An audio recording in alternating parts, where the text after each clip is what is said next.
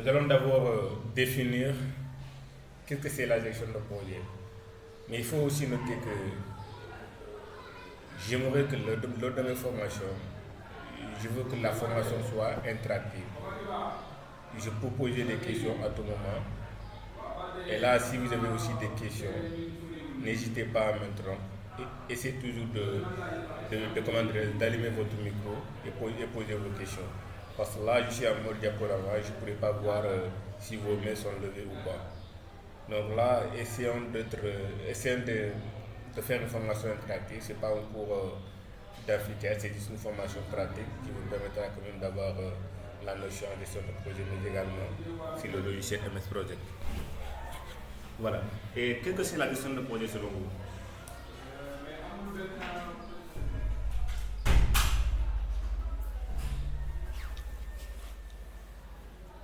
Allez-y, qu'est-ce que c'est la gestion de projet selon vous?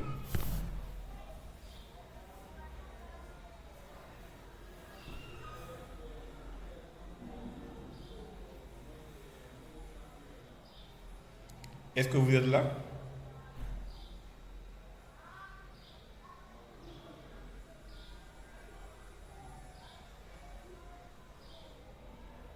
Est-ce que vous êtes là? Oui, bonjour, nous sommes là, oui. Il y a certains qui sont Qui là. peut me dire que c'est la gestion de projet? C'est quoi la gestion de projet?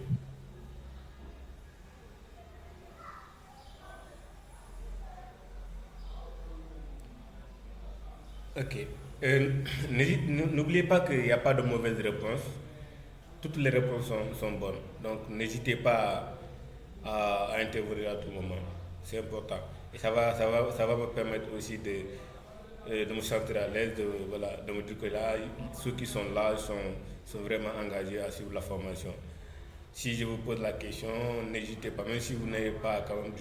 Bon, essayez en tout cas de donner une réponse quelconque selon votre pensée, bien sûr. En ce qui concerne la gestion de projet, généralement la gestion de projet, c'est l'ensemble des activités qui visent à organiser le bon déroulement d'un projet et à atteindre l'objectif en temps et en heure selon les objectifs fixés. C'est-à-dire quoi? La gestion de projet, quand on parle de gestion de projet, on parle dans le temps.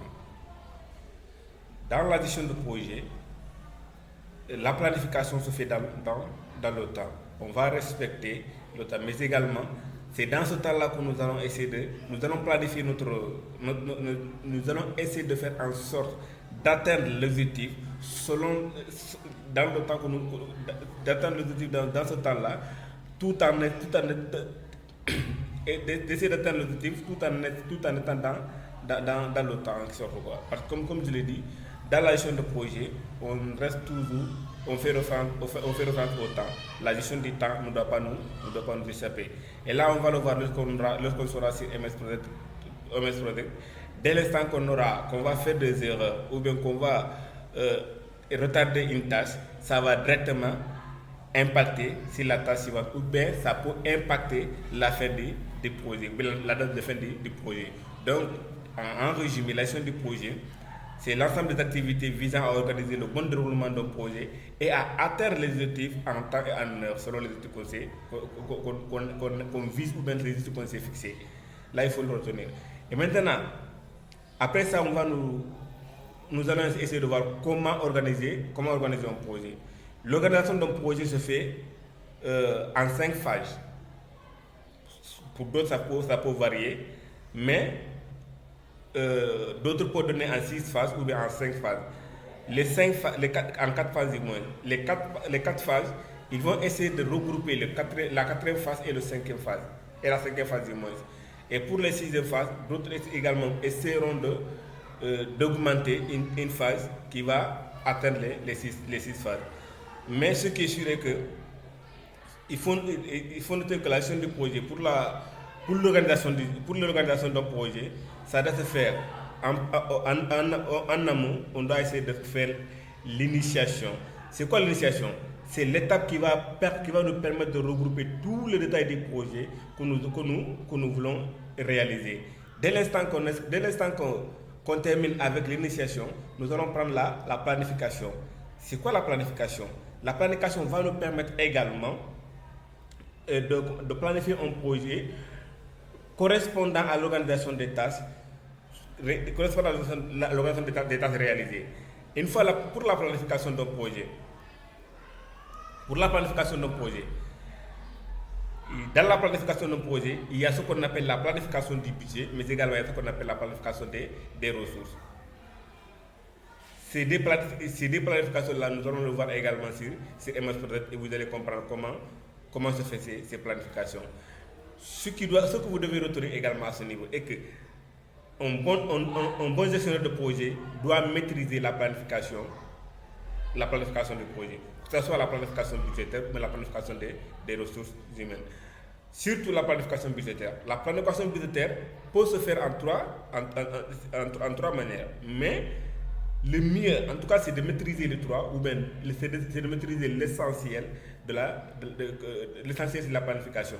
Dans ce cas, il faut essayer de faire en sorte de mieux maîtriser la gestion du projet, la planification, pour ne pas commettre quand même désolé. Permettez-moi de répondre pour mettre dans le groupe. Je ne sais pas s'il est en retard ou bien.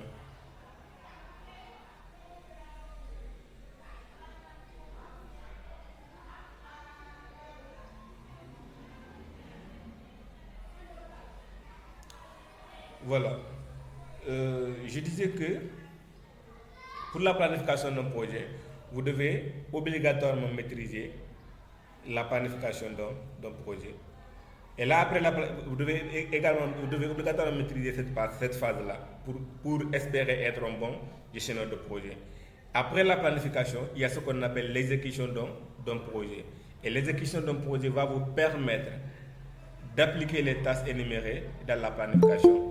C'est-à-dire, si on prend l'exemple de MS Project qui est d'ailleurs l'objectif de la formation, si on prend l'exemple de MS Project, nous avons, au niveau de la planification, nous avons énuméré les tâches, les tâches qui sont considérées comme étant des ressources humaines. Maintenant, ces tâches-là, nous allons essayer, au niveau de l'exécution, nous allons essayer de faire en sorte d'appliquer les tâches que nous avons énumérées dans la planification, tout en essayant d'avoir un bon suivi et de contrôle. En ayant le suivi et le contrôle, c'est la partie qui nécessite également le plus d'outils de conception pour le contrôle, afin d'analyser les risques du projet. Au niveau du suivi et de contrôle, j'ai souvent l'habitude de donner cet exemple-là. Par exemple, si on vous demande aujourd'hui, un bailleur vient ici au Sénégal, il dit que je veux investir dans l'éducation. La personne veut investir dans l'éducation. Il lance une offre d'emploi. Ils ont besoin d'un gestionnaire de projet. Et là, heureusement, on vous a pris comme état gestionnaire de projet. Et là, maintenant, on vous a demandé de faire le travail en tant que gestionnaire de projet. Vous devez faire le travail, mais également vous devez avoir un bon suivi de projet. Ce suivi-là, ça va vous permettre également de savoir est-ce qu'en réalité le projet est en train d'avancer. Parce que là, le gestionnaire de projet, vous n'êtes pas obligé quand même de descendre sur le terrain. Mais avec le leadership d'anglais, vous pouvez descendre sur le terrain, essayer de voir à tout moment, essayer de voir, de vérifier, de descendre sur le terrain, est-ce qu'en réalité les choses bougent. Sinon, vous pouvez rester dans votre bureau et essayer de contacter les chefs de département, parce qu'il y aura des différents départements que nous allons voir également. Il y aura des chefs de département. Un projet, normalement, est construit de département en département. Et les chefs de département, vous allez directement les appeler pour voir en réalité est-ce que le travail est en train d'avancer ou pas. Et là, ce dernier va remonter les informations. Mais vous, si vous désirez également, vous pouvez descendre sur le terrain, voir en réalité,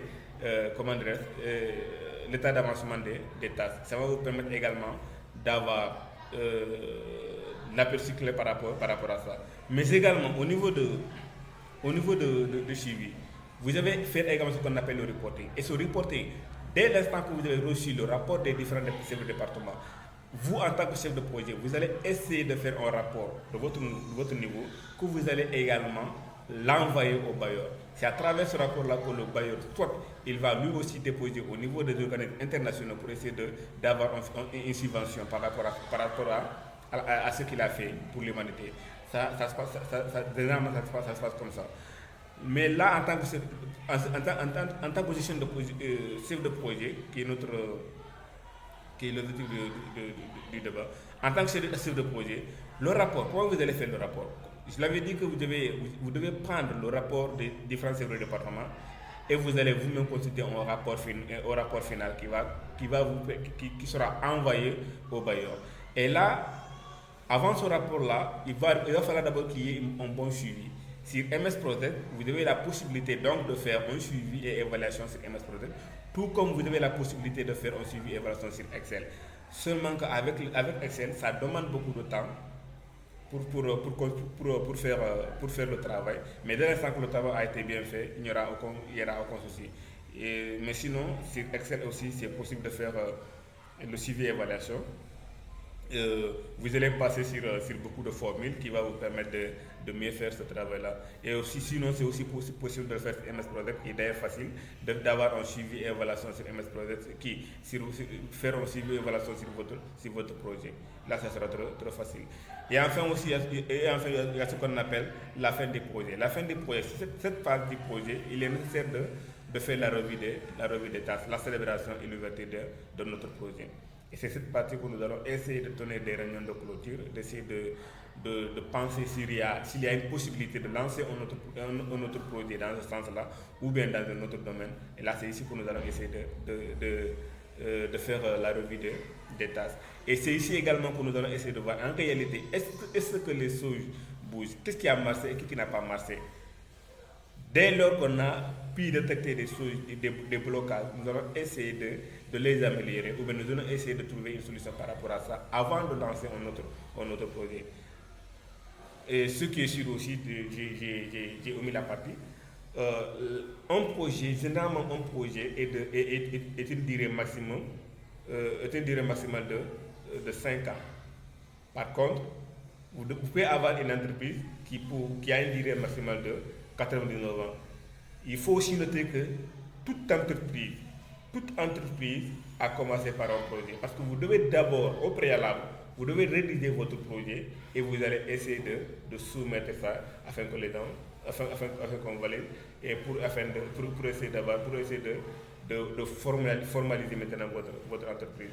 Mais dès l'instant que vous avez rédigé un projet, c'est ce projet-là qui va se transformer en entreprise. Et dans l'entreprise également, vous pouvez avoir plusieurs projets qui seront dirigés également par plusieurs chefs de projet. C'est comme c'est ça la différence entre un projet et une entreprise. Ce que je voulais quand même vous parler par rapport à ce niveau. Et après ça, il y a ce qu'on appelle. Est-ce qu'il y a une question d'abord?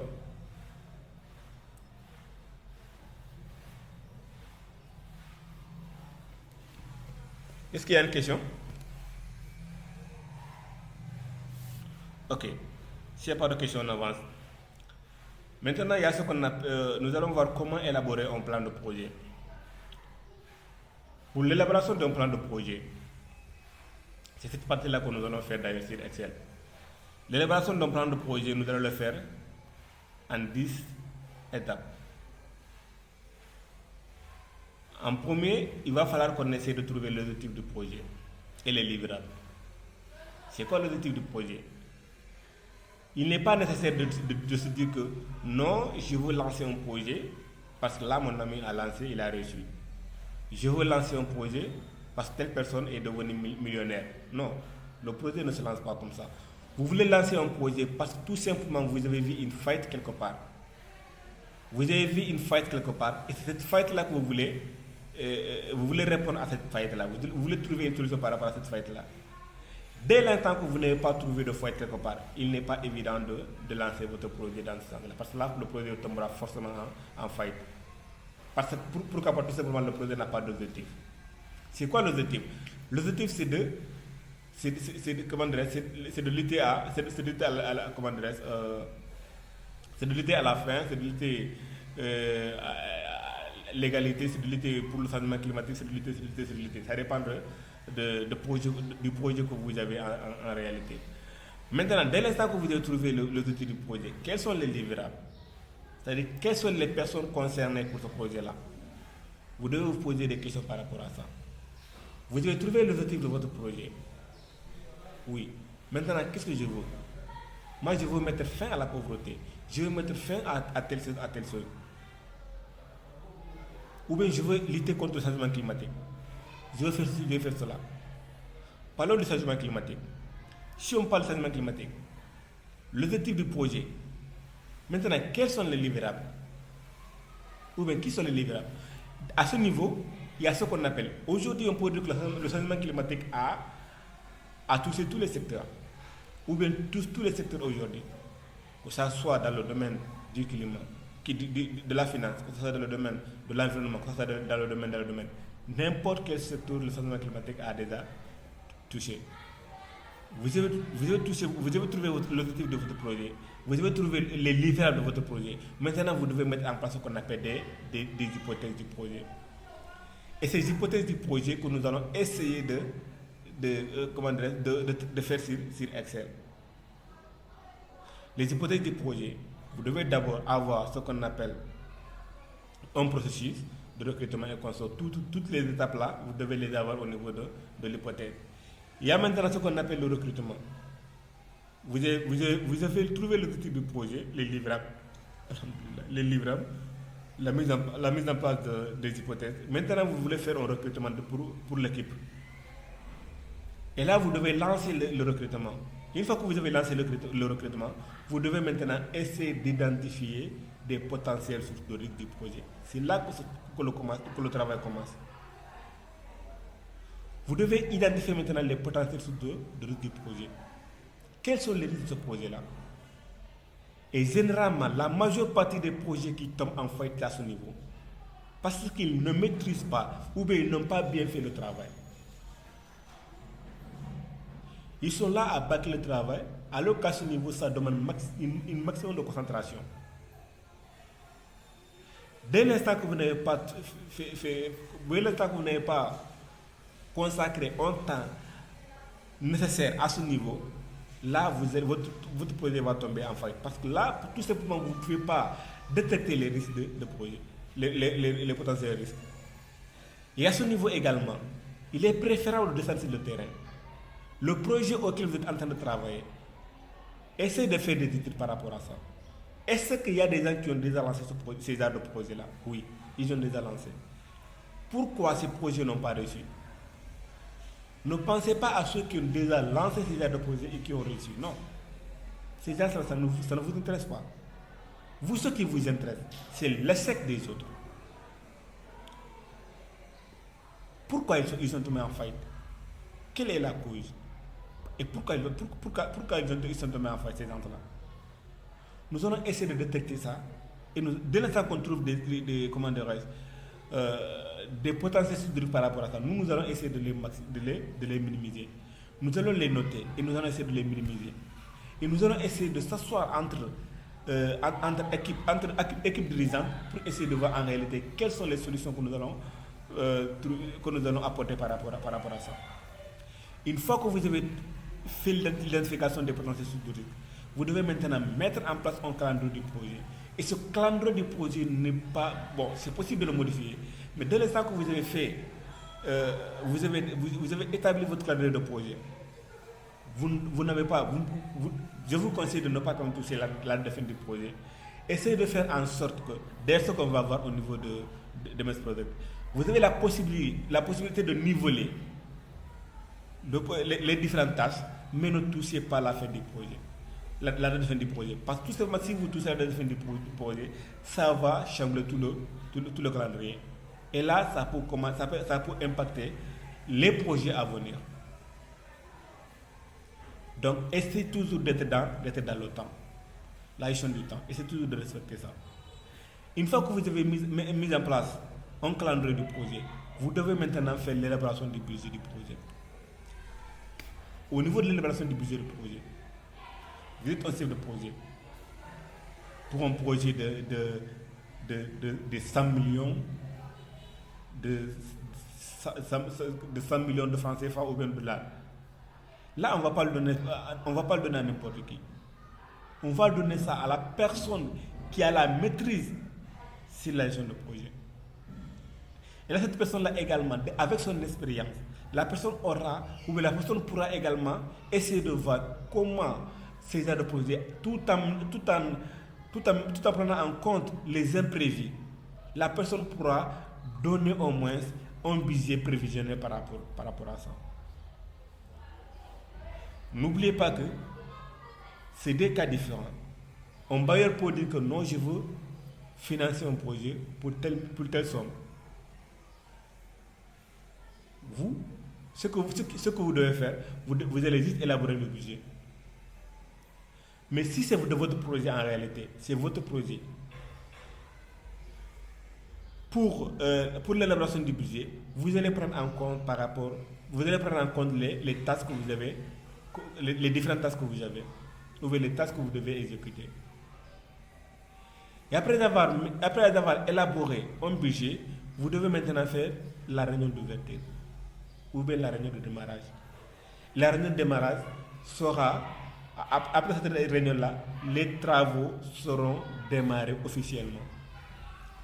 Et les tâches du projet également seront connues. L'approbation du plan, vous allez approuver votre plan. Vous pouvez, si vous voulez, vous pouvez faire des sponsorisations ou bien passer au niveau des médias. Et enfin, vous allez exécuter le plan du projet. Et après ça, nous allons voir les différents, nous allons voir le rôle de manager de projet. C'est quoi le rôle de manager de projet? Le manager de projet, c'est le cerveau, c'est le poumon de l'équipe. Le manager de projet, c'est lui qui organise et c'est lui qui conduit également le projet. Il assume également les responsabilités des différentes phases. C'est de sa responsabilité. C'est le leader du projet. Raison pour laquelle on vous dit qu'un manager de projet doit avoir des compétences variées. Un manager de projet, et vous allez voir avant la fin de cette formation, vous allez voir qu'un manager de projet, vous devez avoir des compétences sur la comptabilité, sur le statistique, sur l'économie, sur le marketing, sur tel. C'est votre devoir. Un manager de projet doit être polyvalent. C'est comme un entrepreneur en réalité. Un entrepreneur doit être polyvalent. Donc un manager de projet doit être polyvalent, mais également doit beaucoup lire. Je disais que c'est la personne qui assume la responsabilité des différentes phases. Depuis la traduction des projets, lorsqu'on a trouvé les objectifs et les livrables, jusqu'à la spécification fonctionnelle et technique, c'est-à-dire la recette d'utilisation, voire la mise en production. Le chef de projet, il assume cette responsabilité. S'il y a une petite erreur dans l'équipe, c'est qu'il doit assumer au niveau de ses supérieurs. C'est ça un leader en fait. S'il y a une erreur, vous devez assumer. Mais vous devez également être proche de votre équipe. Surtout les chefs de département. Vous devez à tout moment, ou bien vous êtes d'ailleurs obligé à tout moment d'aller vers eux. Certes, c'est vrai qu'ils doivent venir vers vous. Parce que c'est vous le patron, c'est vous le leader. Mais il faut aller vers eux pour cultiver un esprit de leadership. Essayez d'être ouvert. Essayez de les questionner à tout moment. Essayez de les appeler à tout moment. C'est ça un leader d'ailleurs. En prenant votre téléphone et appelez une personne de votre équipe, lui demander de ses nouvelles, la personne va se sentir intéressée et la personne sera motivée à continuer à bosser avec vous. C'est ça un leader. Mais vous n'avez pas besoin de la personne que s'il s'agit d'une tâche.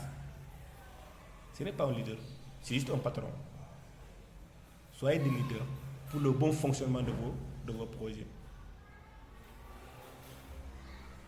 Et après, il y a ce qu'on appelle les compétences d'un bon manager de projet. Selon vous, quelles sont les compétences d'un bon manager de projet?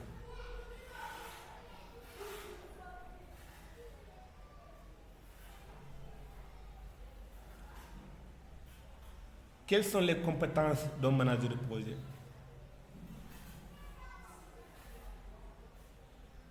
que je ne suis pas seul d'abord? Vous me recevez?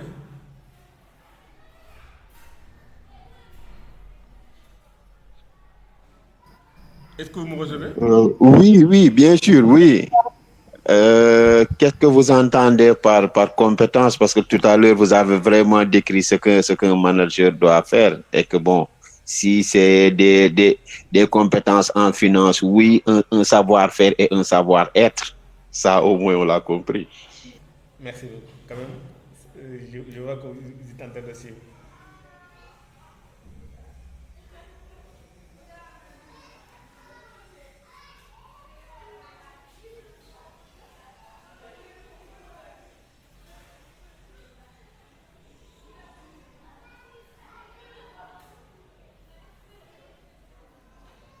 Désolé, hein.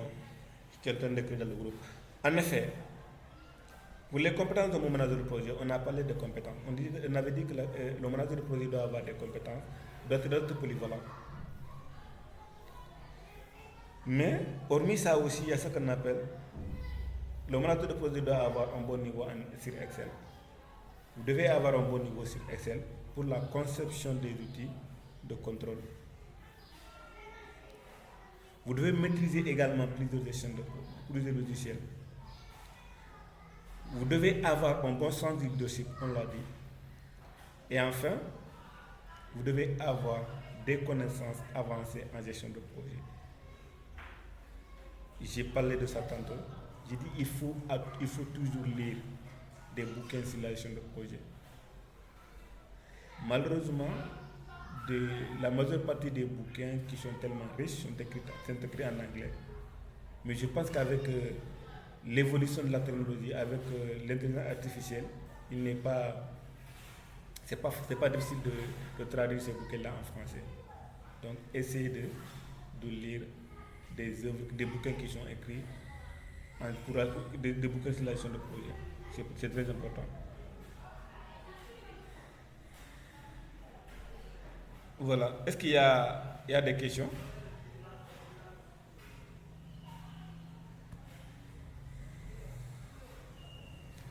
Est-ce qu'il y a des questions?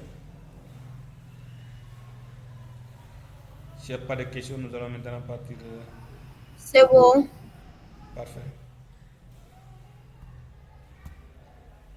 Voilà, comme je l'avais dit,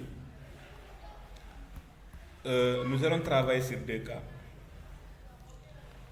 Sur un cas du domaine communautaire et sur un deuxième cas du domaine BTP. Après ces deux cas-là, vous devez être en mesure de travailler sur n'importe quel projet. Parce que le plus important, c'est de maîtriser d'abord comment se fait la planification sur MS Project. Les objectifs que nous venons de citer, certes, c'est aussi de projet d'énumérer les tâches, les différentes tâches de votre projet. Mais je pense que ça ne sera pas un problème pour vous de trouver les tâches à énumérer pour votre projet ou bien des tâches à exécuter pour un projet qui s'étend au niveau national. Maintenant, pour notre cas, c'est un projet du Covid-19. Dans ce projet, nous avons reçu $300,000. La Banque mondiale, le PNUD a donné également, l'OMS a donné, le gouvernement américain a donné et l'Union africaine également a donné. Et ça, ce sont des dons que nous avons reçus. C'est la contribution des partenaires qui sont là. Et là maintenant, qu'est-ce que nous devons faire? Ou bien qu'est-ce qu'on nous demande par rapport à ça? On nous dit que les dernières informations techniques sur l'évolution de la maladie sur place sont les suivantes.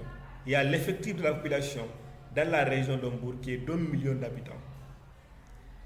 La population atteinte de la maladie est de 300 000, dont 10% des cas sont sous respirateur. Des cas contacts suivis sont également de 250 personnes, 10 000 personnes mortes. La situation des hôpitaux, saturation totale, et rapport des experts également nous notifie que la situation est alarmante.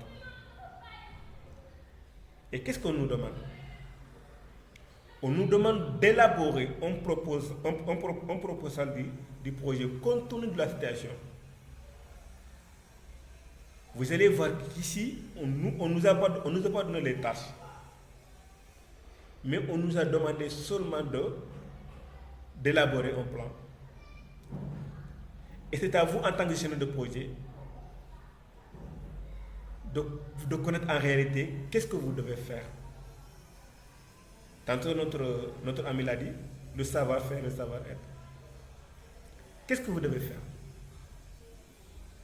Vous avez cette compétence. Vous avez une idée sur le projet. Dès l'instant que vous avez une idée sur le projet, vous devez être en mesure de répondre à ces questions suivantes. La première question, qu'est-ce qu'on nous demande? Quel serait le nom du projet? C'est le chef de projet qui répond. On ne fait pas le travail à sa place. Quel serait le nom du projet? Le projet que nous a donné ici. Quel serait le nom de ce projet-là? On nous dit que dans le cadre du lancement de projets de vaccination à la COVID-19, dans la région de Mbour, au Sénégal, notre ONG Plan International aurait reçu 300 000 $ de différents partenaires, dont la Banque mondiale, le gouvernement américain, mais également l'Union africaine. Et les contributions sont là. Et maintenant, on nous demande de trouver un nom par rapport à ce projet-là, pour ce projet-là. Vous, en tant que chef de projet, vous devez trouver un nom pour ce projet-là. Et là, nous allons faire le cas pratique sur Excel. C'est à vous de donner le nom du projet, pas moi. Et là, dès l'instant que vous trouvez un nom pour ce projet-là, n'oubliez pas également, je vous ai envoyé des ressources sur le document Drive que je vous ai envoyé dans le groupe. Tous les documents se trouvent là-bas. C'est cas pratique, le document, la feuille Excel, sur laquelle nous allons travailler, se trouve tout sur le document Drive. Vous pouvez les télécharger pour être au niveau comme nous. Et maintenant, l'IDD, on nous demande quelle serait la durée du projet par rapport à l'urgence. Supposez également la date de fin, la date de début et la date de fin du projet. On vous a exposé la situation. On vous a dit que la situation est alarmante. Les écouteurs sont saturés. Quelle serait la date de ce projet-là? Ou bien la durée de ce projet-là des mois? C'est à vous de donner une durée par rapport à ça. Parce que d'abord, en amont, vous avez les informations sur la situation sur la situation. Vous avez une idée par rapport à ça. Vous avez toutes les informations. Tout ce que vous avez besoin par rapport à ça, vous avez ces informations-là. Maintenant, c'est à vous, avec votre esprit analytique, c'est à vous de trouver, de dire en réalité, nous avons besoin de tel jour, ou bien telle semaine, ou bien tel mois, ou bien telle année pour résoudre ce problème-là. Et après ça, on nous demande également une troisième question.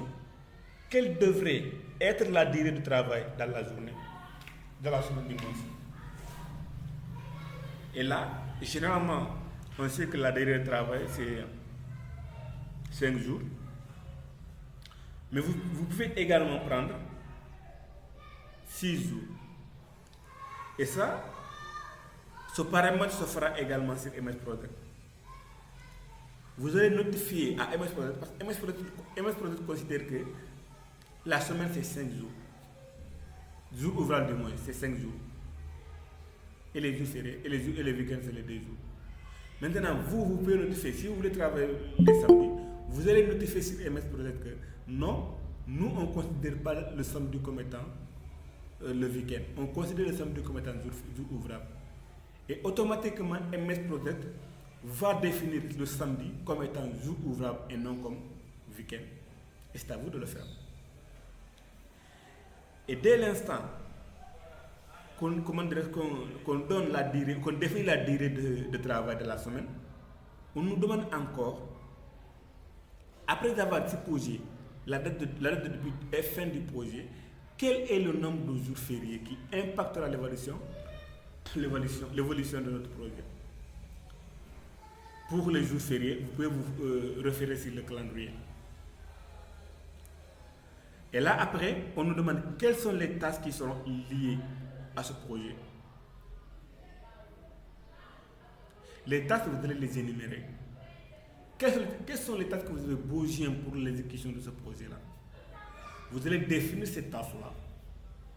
Et là, après, vous allez les utiliser sur MS Project pour faire la multiplication.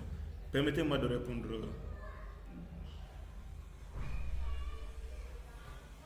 Les deux.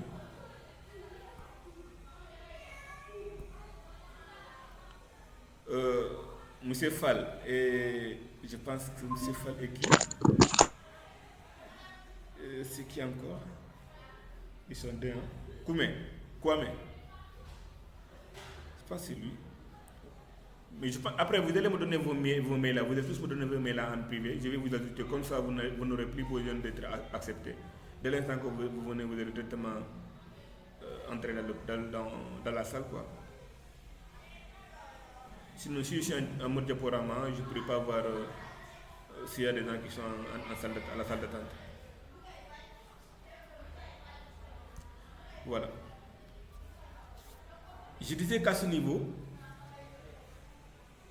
après avoir supposé la date de fin et la date de début et de fin du projet, quel est le nombre de jours fériés qui impactera le projet? Et là maintenant, selon le calendrier des Olympiques, bien sûr, et là vous allez vous référer sur le calendrier de l'année en cours pour pouvoir essayer de voir quels sont les jours fériés qui peuvent impacter l'évolution de ce projet-là. Parce que là, ces jours fériés-là également, n'oubliez pas que les jours fériés, vous n'allez pas, l'équipe ne travaillera pas. Donc, étant donné que la situation est alarmante, ça peut impacter négativement l'évolution de votre projet. Si vous n'avez pas pris en compte, les jours fériés, là, vous pouvez dépasser la date de fin du projet. Et là, dès l'instant que vous avez dépassé la date de fin du projet, vous avez complètement, vous allez avoir des problèmes pour d'autres tâches, quoi, parce qu'il y aura également ce qu'on appelle le suivi. Dès l'instant que vous avez terminé avec l'élaboration du projet, dès l'instant que vous avez terminé avec l'exécution du projet, vous devez faire un suivi. Et le suivi également, il y a une délai qui sera donnée par rapport à ça. Et si la délai pour l'exécution du projet n'a pas été respectée, cela va impacter également sur le suivi et l'évaluation du projet. Donc, essayez quand même de prendre en compte ces jours fériés-là pour ne pas impacter votre calendrier. Et après, on nous demande quelles sont les tâches qui seront liées à ce projet. Quelles sont les tâches?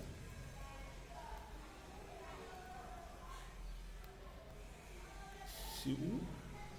Voilà, quelles sont les tâches qui sont liées à ce projet? Et là, nous allons citer les tâches. Tantôt, je vous ai demandé c'est à quel niveau? Ici, quelles seraient les tâches du projet? Là, dès l'instant que vous avez trouvé les tâches du projet, ces tâches-là sont considérées comme des tâches principales. Et maintenant, cette cinquième question-là, c'est pour les sous-tâches de la tâche principale.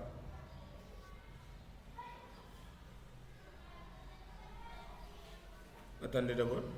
Je pense que M. Fall a toujours un problème.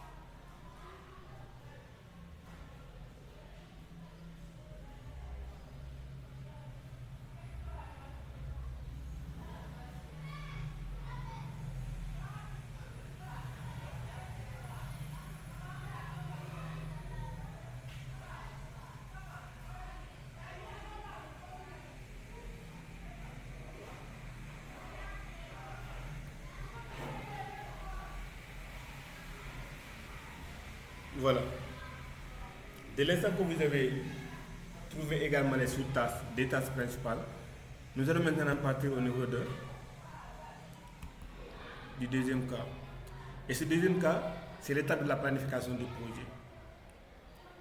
Et pour la planification de ce projet-là, on dit que dans le cadre de notre planification, il nous est demandé de planifier les jours fériés dans notre calendrier afin que notre projet ne soit pas affecté des arrêts liés aux fermetures.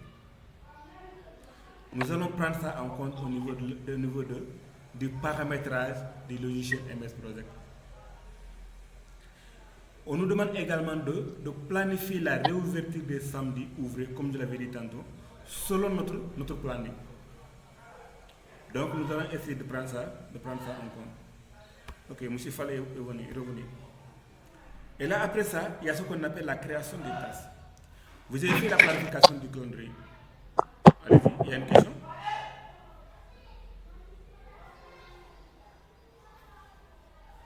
Ok. Vous avez fait la planification du calendrier. Il y a ce qu'on appelle la création maintenant. Vous allez faire ce qu'on appelle la création des tâches. Vous avez déjà trouvé des tâches principales, des sous-tâches. Maintenant, vous allez saisir toutes les tâches du plan d'organisation. Vous allez les saisir sur MS Project. Cette partie, on va le faire sur MS Project. C'est l'outil ici. Cette partie-là, c'est un travail que vous allez faire en amont. Ou bien disons, c'est un brouillon que vous allez faire. C'est votre brouillon. Et c'est ici que vous allez utiliser l'outil MS Project. Ici, à ce niveau, vous avez trouvé les tâches et les sous-tâches, les noms du projet, la durée, les jours ouvrables et autres. Et là maintenant, vous allez passer à la pratique. Vous allez passer par l'outil MS Project. Vous allez faire la planification du calendrier en planifiant les jours fériés dans votre calendrier, mais également de planifier la réouverture des samedis comme étant les jours ouvrés. Je vous avais dit que MS Project, à la première vue, MS Project considère que le samedi fait partie du week-end. Donc c'est à vous de notifier MS Project que, en effet, le samedi faisait partie des week-ends, mais nous voulons que le samedi soit un jour ouvrable. Dès l'instant que vous notifiez ça à MS Project, automatiquement lui aussi va considérer le samedi comme étant un jour ouvrable et non un jour férié. Et après, vous allez faire la création des tâches. Les tâches que vous avez énumérées là-bas dans votre brouillon, vous allez essayer de les saisir à ce niveau sur MS Project. Vous allez saisir toutes les tâches du plan d'organisation, inclure leur durée. Vous allez également inclure les durées sur MS Project. Vous allez insérer également les sous-groupes et le nom du projet. Vous allez rattacher également les sous-groupes avec leurs tâches et faire de même pour le projet et le reste. C'est ici que nous allons faire la récapitulative ou bien la récapitulative et les jalons, ou bien d'abaisser et de aussi les tâches. Dès qu'on arrivera là-bas, vous allez le comprendre. Et enfin, nous allons insérer les colonnes prédécesseurs. Les colonnes prédécesseurs nous permettra en réalité de comprendre quelle tâche l'on doit démarrer après telle tâche. Cette tâche que nous avons à ce niveau, quand est-ce que la tâche suivante va démarrer? La tâche suivante pourra démarrer dès l'instant qu'on termine la tâche précédente. C'est ça les colonnes prédécesseurs sur MS Project. Il y a maintenant ce qu'on appelle la structuration du projet. Pour la structuration du projet, il faut insérer les jalons, comme je l'avais dit. Nous allons insérer les jalons dans notre projet et dire à MS Project qu'il s'agit du jalon.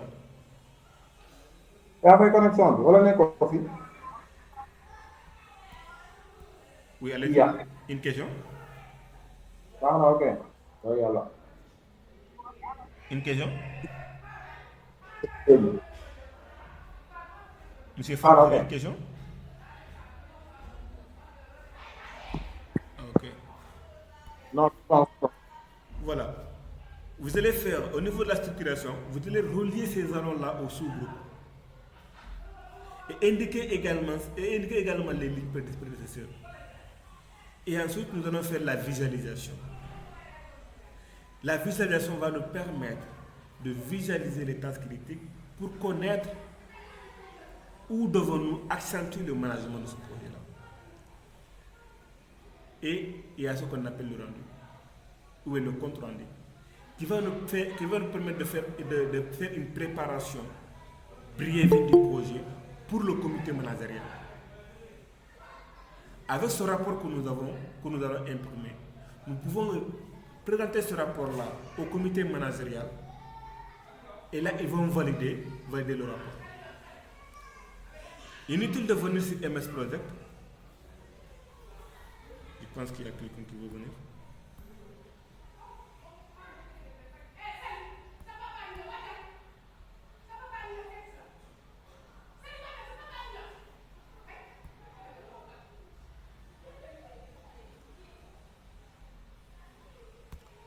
Voilà. Je disais que inutile d'aller sur MS Project, de prendre le travail pour d'imprimer le projet en réalité pour présenter. Non. Vous allez présenter le rapport. C'est le rapport que vous allez présenter. Ce rapport que vous avez en face de vous, ce rapport que vous allez tirer de ce projet-là, c'est ce que vous allez présenter au comité managérial. Et c'est ce qu'ils vont valider. Et après ça, vous allez faire ce qu'on appelle l'affectation des ressources. Pour l'affectation des ressources,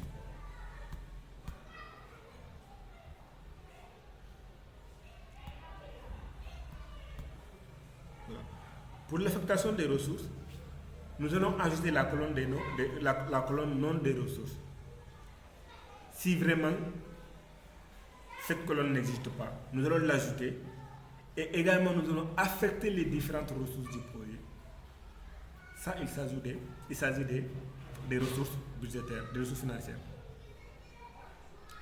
À ce niveau, bon, il y a comme je l'avais dit tantôt, il y a plusieurs manières de faire l'affectation des ressources, mais dès l'instant qu'on sera à ce niveau, je vais vous expliquer.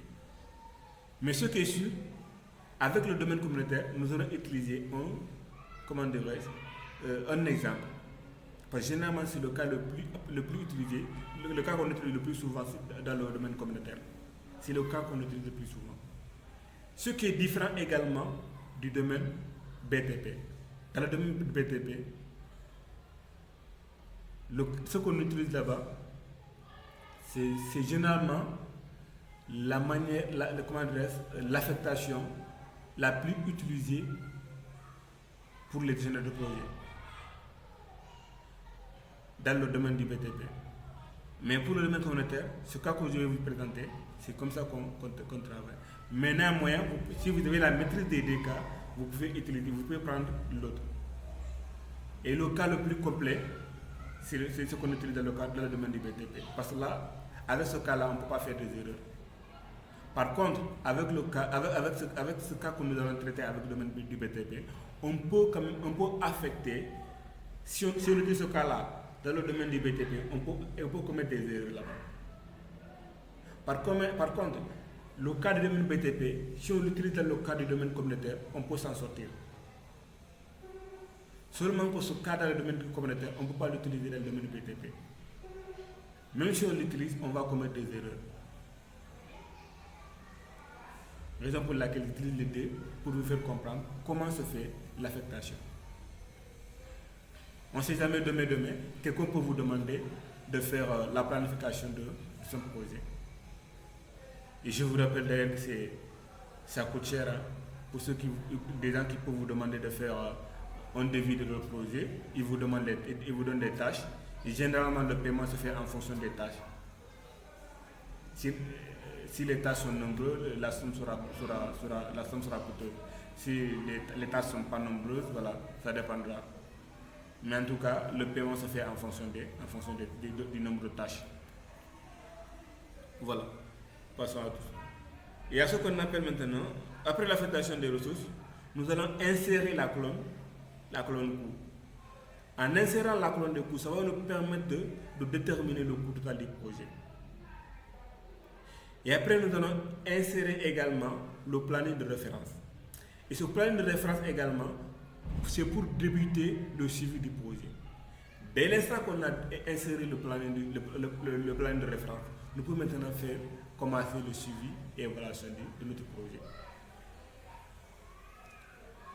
Et pour le suivi du projet, vous pouvez renseigner la date d'état,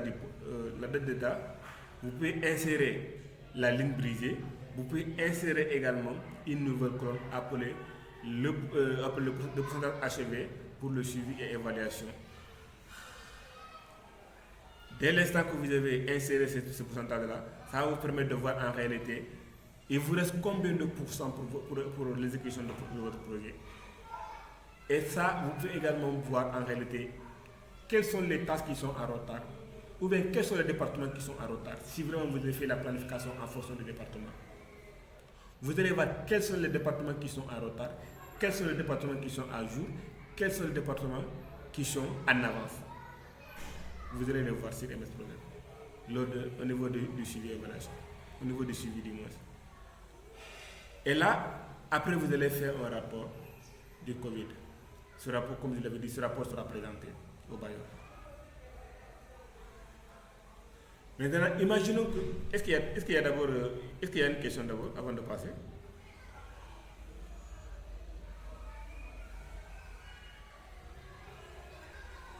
Est-ce qu'il y a une question?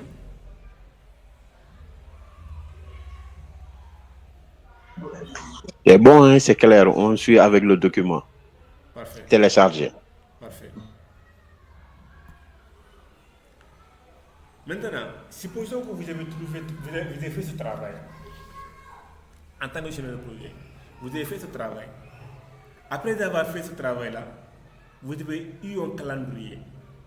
Ce calendrier, c'est vous qui l'avez fait. Vous avez fait ce travail, vous avez trouvé les tâches et vous avez mis en place un calendrier. Votre calendrier est là. Et pour ce calendrier, vous avez dit que ça doit se faire. Je pense que c'est le même. Ouais, c'est le même calendrier. Voilà. Pour ce calendrier. Non, c'est pas le même calendrier. Désolé. Hein.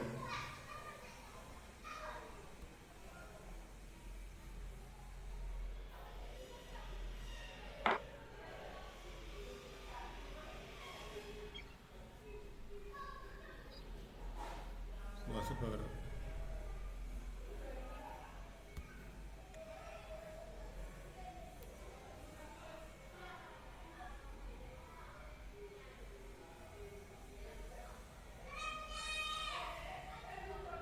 Donnez-moi une minute, je sais pas le même calendrier quoi.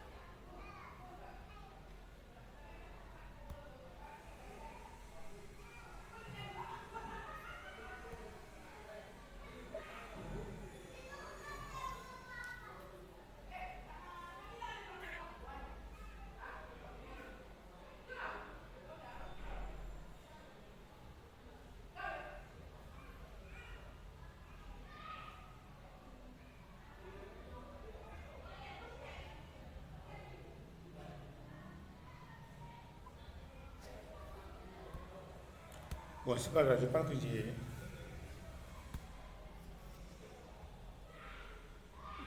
Soit j'ai oublié l'emplacement du calendrier, ou bien je l'ai perdu. De toute façon, après, je vais essayer de chercher et je vous l'enverrai après. on va se référer sur ce calendrier-là. Ça, c'est un autre projet qui n'a rien à voir avec ce projet-là, parce que ça, c'est dans le cadre de l'éducation. Ça, ce n'est pas du domaine BTP, du domaine communautaire pour la. Ça, c'est pas pour la COVID-19 quoi, en fait. Voilà, imaginons que vous avez maintenant vous avez fait ce travail en amont. Et maintenant, vous avez établi un calendrier.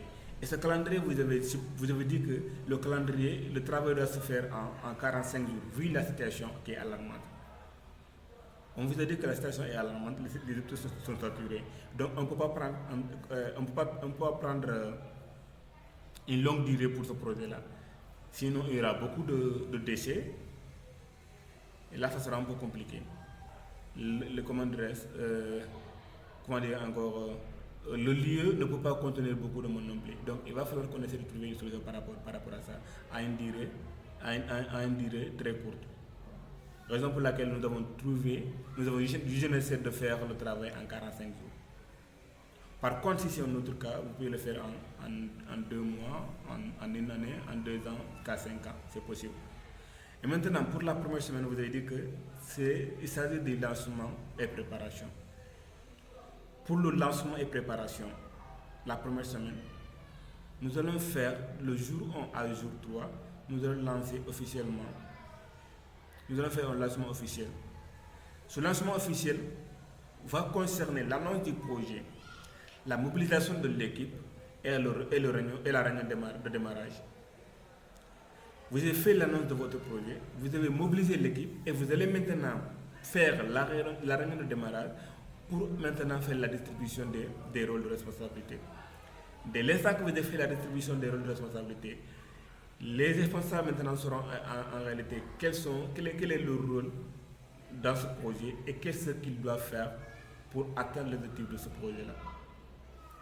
Et après, vous allez faire ce qu'on appelle la planification et collecte de données. Je rappelle que ce calendrier, ce n'est pas obligatoirement le calendrier qu'il faut respecter.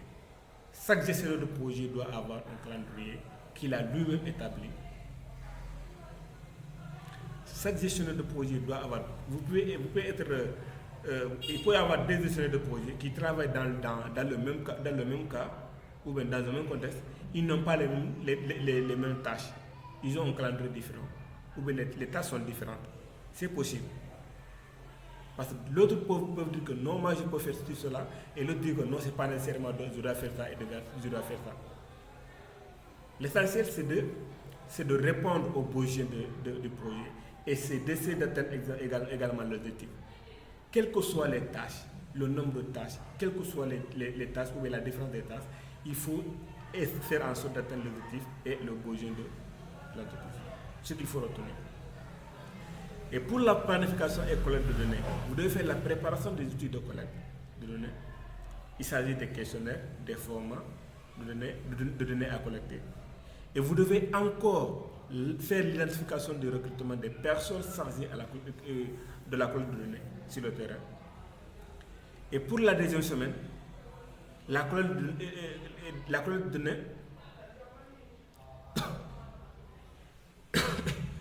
et le développement de la plateforme. Vous allez faire ce qu'on appelle le démarrage de la collecte des données dans les écoles et auprès des acteurs locaux. Vous devez faire également un suivi de la collecte, mais également une résolution des problèmes éventuels. Ça, c'est un projet de l'éducation qu'on a fait. C'est que je ne sais pas où j'ai placé l'autre calendrier. Je pensais que c'était ça, quoi, mais certainement je l'ai perdu. Ou bien je vais essayer de vous envoyer dès l'instant que je trouve. Essayons de travailler sur ça pour le moment. Et ça va juste vous permettre de mieux comprendre, quoi. Et pour la troisième, oui, toujours dans la deuxième semaine, il y a entre le jour 8 et le jour 4, nous allons faire la collecte de données. Et c'est là-bas que nous allons faire le démarrage de la collecte. Et nous allons également faire un suivi quotidien de la collecte. Et entre le jour 10 à jour 14, le 10e jour au 14e jour, nous allons faire le développement de la plateforme numérique qui va nous permettre de démarrer de faire le démarrage de la création de la plateforme de données ouverte et du tableau de bord. Et ce tableau de bord, pour ne pas être... c'est pas forcément le seul de projet qui doit faire le tableau de bord. Ça, c'est un calendrier que vous avez déjà établi. Vous avez fait le recrutement. Et vous avez également, à ce niveau, nous avons distribué les rôles et responsabilités au sein de l'équipe. Dès l'instant que nous avons distribué les rôles et responsabilités au niveau de la première semaine, dès l'instant que nous avons distribué ces rôles-là, maintenant ils savent tout ce qui leur attend à ce niveau. Donc ce n'est pas à vous de faire les collectes, ce n'est pas à vous de faire l'analyse de données. Dans votre projet, dans votre équipe, vous devez avoir quelqu'un qui est spécialisé en data analyst, quelqu'un qui est spécialisé en suivi et évaluation, quelqu'un qui est spécialisé en comptabilité, quelqu'un qui est spécialisé de tel. Ça, c'est pour l'exécution de projet. Mais avant l'arrivée de ces gens-là, vous étiez seul à faire le travail. Mais dès l'instant que ces gens-là viennent, ça va vous alléger la tâche. Parce qu'avant leur arrivée, pour l'élaboration du projet en réel en tant que tel, vous étiez là comme étant comptable, vous étiez là comme étant statisticien, vous étiez là comme étant économiste, vous étiez là comme étant le marketeur. Et là maintenant, dès l'instant que on était à quel niveau? On était au niveau du tableau de bord. Après, nous allons par ce qu'on appelle la troisième semaine, la formation et consolidation des données. Pour la troisième semaine, 15e jour au 18e jour, nous allons former les parties prenantes. Et cela va concerner l'organisation des premières sections de formation pour les enseignants, gestionnaires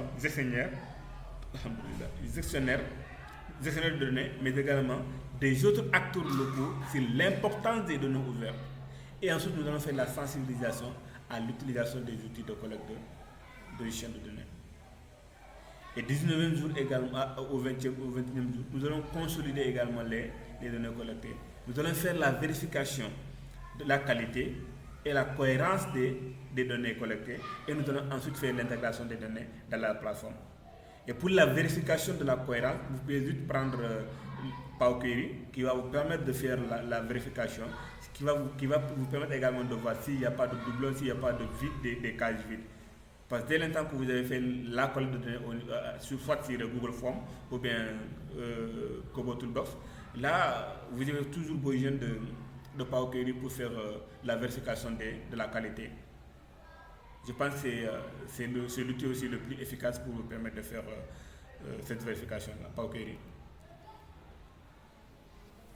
Ça, c'est pour ceux qui ne savent pas, ça c'est le travail des data analystes. Voilà. Après ça, il y a ce qu'on appelle la finalisation de la plateforme. Vous allez faire la finalisation des tableaux de bord et texte. Vous allez mettre en place les premiers rapports et vous allez faire également un suivi de l'impact et ajustement. Le suivi des premiers retours des utilisateurs, des ajustements nécessaires sur la plateforme, des ajustements s'il y a des erreurs sur la plateforme, vous allez les ajouter, des ajustements par rapport au retour des utilisateurs également. Est-ce que les retours des utilisateurs sont favorables ou pas? Si oui, s'ils sont favorables, ça passe. S'ils ne sont pas favorables, vous allez maintenant vous relancer par rapport à ça, essayer d'apporter des réajustements par rapport à ça. S'il y a aussi des problèmes sur la plateforme, vous allez également essayer de faire des réajustements. Et ensuite, vous allez faire ce qu'on appelle le plaidoyer, qui peut se faire en un jour d'ailleurs, restitution des résultats. Le plaidoyer, vous allez faire l'organisation des webinaires pour présenter les résultats. Vous pouvez faire également la distribution des supports de communication. Et ensuite, vous allez faire la réalisation de webinaires qui va concerner la présentation des résultats du projet lors de ce webinaire-là. Et sixième semaine, vous allez faire le suivi et évaluation et clôture de ce projet-là. C'est ici que vous allez faire le suivi sur le terrain qui va vous permettre de collecter le retour, de faire la collecte de retour des utilisateurs et analyse de l'impact du projet sur le terrain. Et vous allez ensuite réaliser un suivi pour évaluer la durée de ce projet-là. Et ensuite, vous allez faire la rédaction de votre rapport d'activité et financier qui concernera la rédaction des rapports d'activité qui va détailler les actions menées et les résultats obtenus. Et ensuite, vous allez faire la soumission des rapports financiers et des documents finaux au comité managérial ou au comité de financement. Et ce calendrier également est conçu pour vous permettre une mise en œuvre fluide et dans les délais. Ce calendrier peut être flexible et peut être ajusté en fonction des besoins spécifiques du projet. Et là, ce sont les travaux que nous avons fait en tant que gestionnaire de projet. Nous avons fait un brouillon, nous sommes passés à la pratique et nous avons établi un calendrier et nous avons maintenant établi encore ce qu'on appelle les tâches. Les tâches, nous allons les établir à ce niveau avec des explications. On nous dit qu'à ce niveau, la première tâche, c'est la réunion d'ouverture qu'on avait énumérée. Ok, la réunion d'ouverture, ça c'est une première tâche, c'est la tâche principale. Mais pour la réunion d'ouverture, on ne peut pas avoir des sous-tâches à ce niveau. Parce que la réunion d'ouverture peut se faire en un jour ou bien en quelques jours, en 2 heures, en 3 heures, en 4 heures. On peut faire la réunion d'ouverture. Et maintenant, pour la deuxième tâche qui est le recrutement, on peut le faire en plusieurs étapes. Pour le recrutement, donc on considère que le recrutement est la tâche principale. Du moment qu'on peut faire le recrutement en plusieurs étapes, on considère donc le recrutement comme la tâche principale. Pour la première sous-tâche, il y a ce qu'on appelle l'annonce des offres d'emploi. Il y a aussi le traitement des CV, l'entretien avec les retenus, mais également la constitution des différentes équipes. Ça, ce sont des sous-tâches du recrutement. Il y a aussi ce qu'on appelle la tâche 3 qui est le plaidoyer. Le plaidoyer peut se faire en un jour. C'est une explication que vous avez donnée ou bien que vous devez donner à ce niveau. Ou bien une explication que je vous ai donnée pour mieux comprendre c'est quoi le plaidoyer et comment ça va se faire. Et après ça, il y a ce qu'on appelle la tâche 4, la communication. Pour la communication, il est courant de confondre stratégie de plaidoyer et stratégie de communication. Les stratégies de communication et les stratégies de plaidoyer, généralement les gens le confondent. Pourtant, dans le cas, la communication n'est qu'un aspect du plaidoyer, je veux dire. La communication n'est qu'un aspect du plaidoyer. Et ce dernier se repose sur 4 piliers. Il y a ce qu'on appelle l'expertise, qui permet de fournir des preuves, de construire des arguments. Vous ne pouvez pas faire un plaidoyer auprès d'un ministre sans pour autant avoir des preuves sur ce que vous êtes en train de dire. Ça entre dans le cadre de la communication.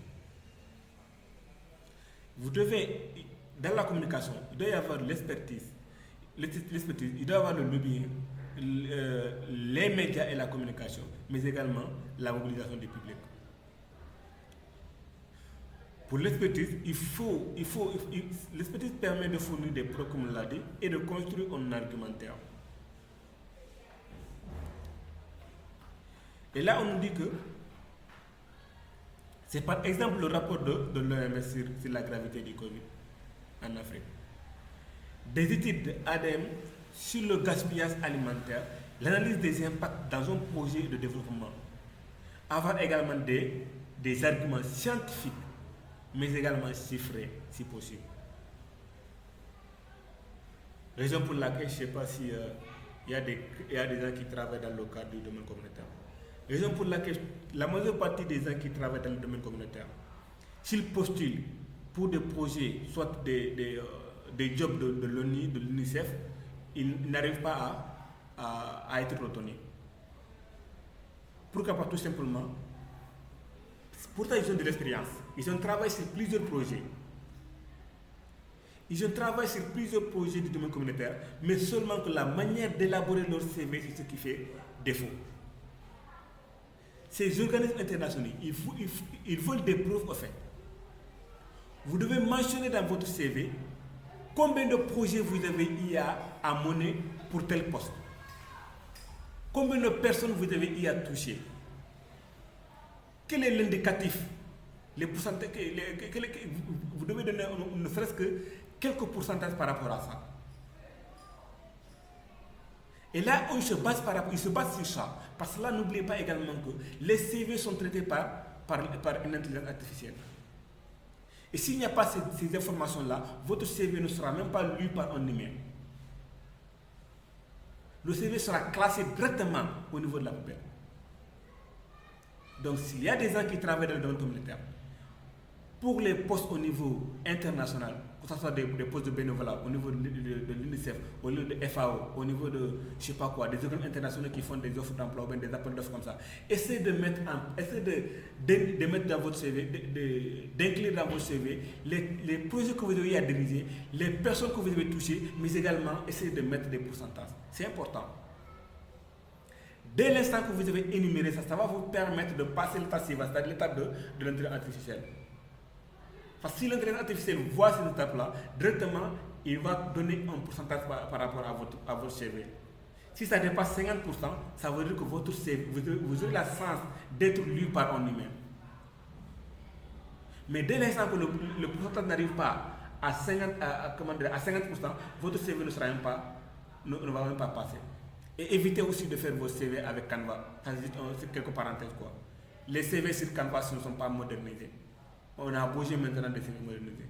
Et si vous partez sur les logiciels d'intelligence artificielle, ils vous diront que ces CV sont le défaut est que ce n'est pas modernisé. Il faut moderniser votre CV.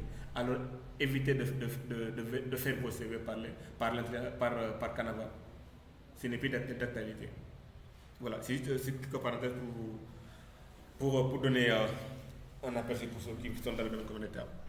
Voilà, pour le lobbying, c'est aussi c'est la relation directe avec les décideurs, c'est-à-dire l'objectif de convaincre directement des décideurs afin d'influencer par exemple les résultats des négociations. Il peut s'agir également d'un groupe d'individus venant devant le Parlement par exemple. Et les médias et la communication, c'est un levier indispensable pour passer des messages et d'arguments. Pour toucher plusieurs personnes, il va falloir que vous passiez au niveau des médias. Et la mobilisation communautaire également, des publics du moins, c'est un autre levier d'action de la manifestation, ou bien à l'occupation de locaux en passant par les actions. Vous pouvez soit prendre la mesure la plus connue et qu'il loue des voitures comme ça avec des baffes comme ça, ils vont circuler dans la ville pour passer des messages. C'est aussi une mobilisation communautaire. Il y a ce qu'on appelle aussi la tâche 5, qui est la sensibilisation.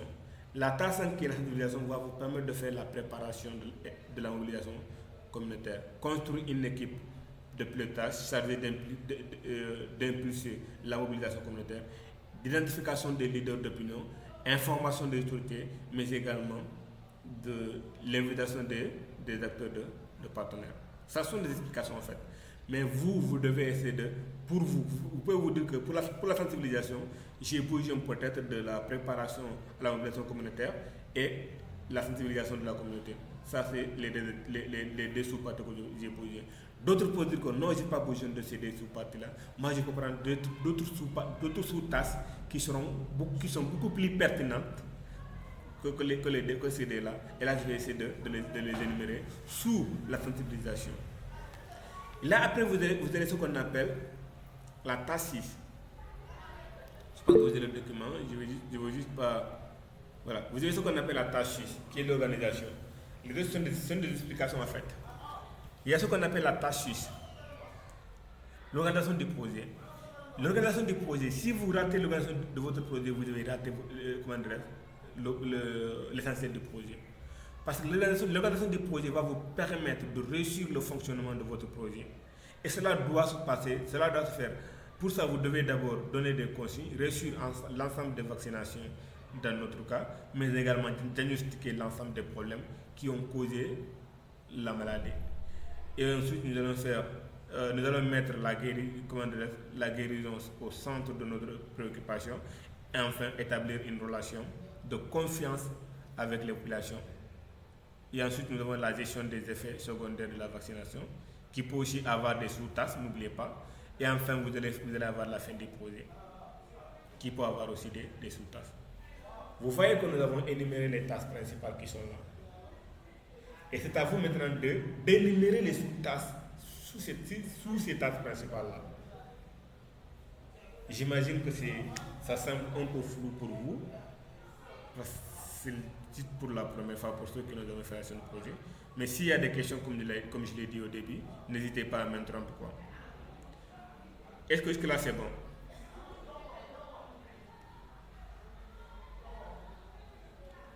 Est-ce que jusque-là c'est bon?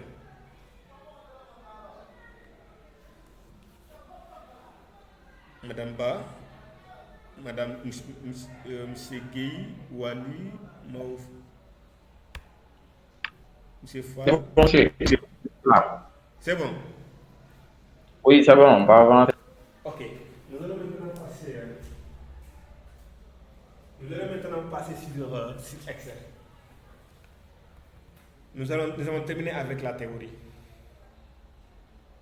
Nous allons passer sur Excel pour mieux faire. Monsieur, Oui, allez-y. est-ce qu'on peut aller prier d'abord? En effet, c'est possible. Bien sûr, je n'ai même pas capté ça. C'est possible. Ok. On peut prendre ne serait que 5 minutes pour aller prier. D'accord, On merci. est bon? Oui, c'est bon.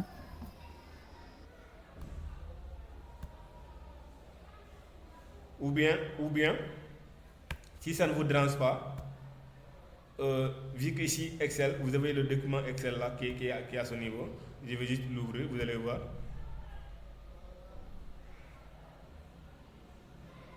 Ça c'est un document qui est déjà travaillé.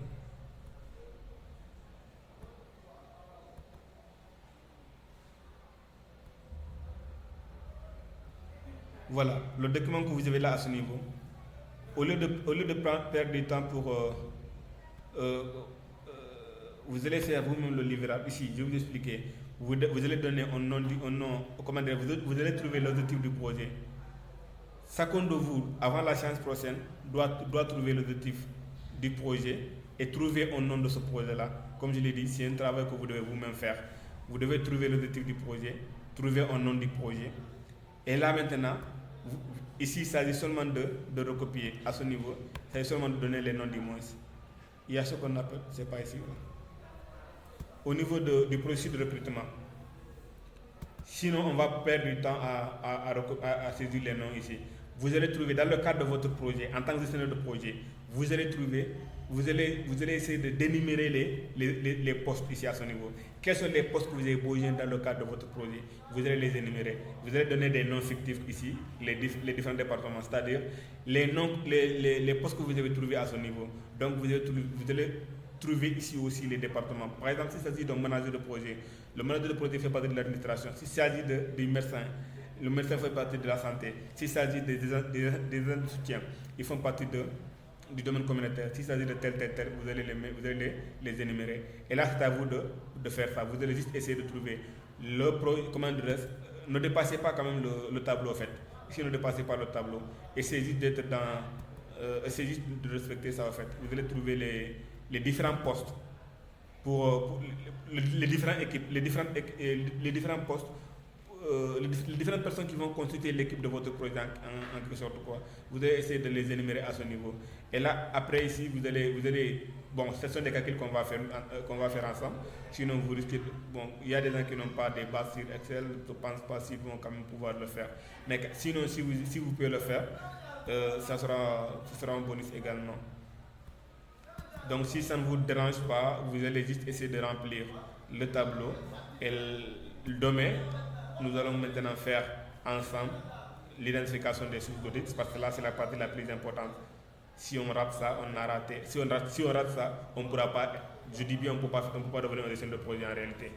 Parce que là, ça demande une concentration maximale. Il va falloir que vous compreniez comment se fait la quantification. Vous devez bouger ici des notions en probabilité pour pouvoir faire la quantification. Si l'explication vous échappe ou bien si ce n'est pas bien expliqué, ou bien si c'était dans la précipitation, je ne pense pas si vous allez comprendre. Donc, je propose à ce que vous faites l'autre travail,